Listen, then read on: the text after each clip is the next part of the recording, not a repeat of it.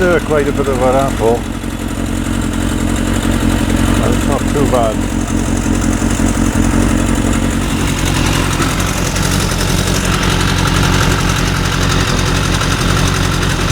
I don't like the filter.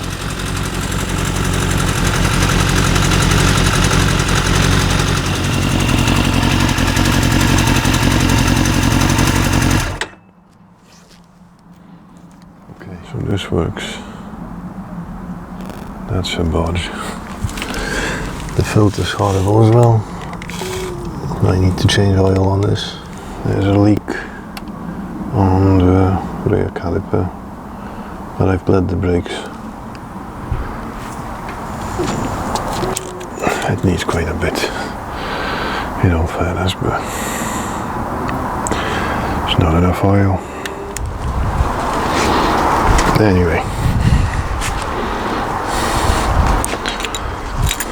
it was just the carbs were clogged up with some crud.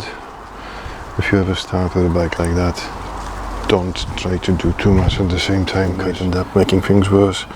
And if it has been running before, like I've done, I've just cleaned the carbs and basically the bare necessity. But it runs now, I know it runs, I can check the clutch, I can check the rest of the bike, and then we can figure out whether there's a point of stripping everything and doing it properly or not. Because there's loads of little things like that which I hate. So we'll see.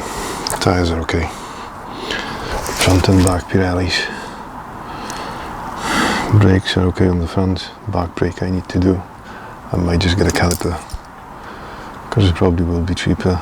The engine doesn't. The newer engine in it. For some reason it's not, so we'll see on the logbook. Now it starts and runs, so it's better than it was for sure. It's not good, but it's better.